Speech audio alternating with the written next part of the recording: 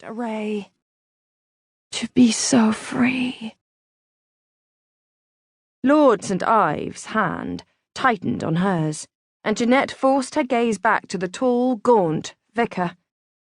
But it wasn't until she pictured her parents' worried expressions that she managed a weak, "I will." Minutes later, it was over. The Baron kissed her with slack lips, clasped her fingers in his small, manicured hand, and, turning to face the rows of pews behind them, presented his new bride to the congregation.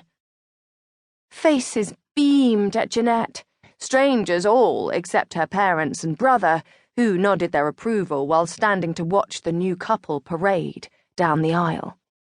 Jeannette heard many murmur of her youth and beauty as she passed, but more spoke of the ball awaiting them that evening at Hawthorne House. Her new husband was no small man among those in the county, his wedding no obscure event in Cornwall. "What a joy to see you properly wed!" her mother gushed as soon as St. Ives turned away to accept the felicitations of his friends. Jeannette was glad to stand in the warmth of the sun. At least it felt familiar, despite the intermittent rain. The church interior, beautiful in its way with an abundance of marble and stained glass, had been so cold. Unable to think of an appropriate response to her mother's fabricated brightness, Jeannette turned to her father. "I am proud of you," he whispered in their native French. "You have chosen well. Lord St. Ives may not look the handsome gallant, but he comes from some of the finest blood in all of England. Our cousin Lord Derby has assured me of that, no? And he is rich as a king. You will always be well cared for." Jeannette struggled to swallow the lump that swelled in her throat. "Yes, Papa." Her 13-year-old brother, Henri, stood watching them with a gentle, pained expression. She managed to smile when she caught his eye, but before she could speak to him, her new husband drew her toward a fancy gilt-edged coach, waiting at the head of a line of lesser conveyances. A team of 4 huge horses pranced, while their driver, dressed in burgundy livery, held the matched beasts in check, and several footmen stood at attention. "Thank God that is over with," St. Ives muttered. As one of the footmen helped her inside, Jeannette wondered if her husband expected some kind of response, but she had no idea what to say to such a rude remark. The Baron climbed in behind her and took the opposite seat. "But a man must marry, eh?"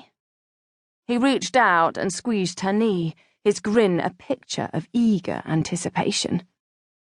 Trying not to notice how his dull grey eyes measured every detail of her body, Jeannette quelled the urge to shrink from his touch and stared out at the many guests who would soon be joining them again.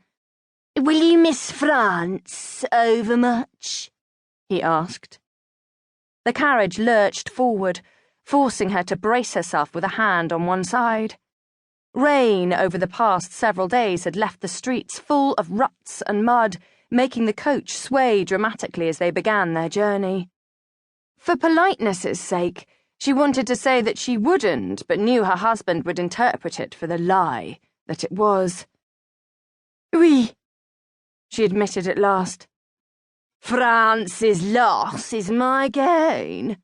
His lips curved into another of his odd smiles, revealing teeth yellowed with age and tobacco. Jeannette's stomach tightened into a hard knot. For a moment she wished her governess had not taught her such excellent English. She understood him only too well. Fearing she might disgrace her family yet, she made no reply.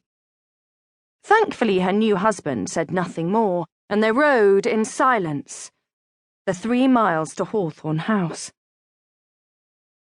Lieutenant Crawford Treynor stiffened as his mother welcomed him with a kiss. Her smile looked contrived amid the elegant features of her face, an expression Treynor didn't recognize. But then he'd seen little of Lady Bedford over his life.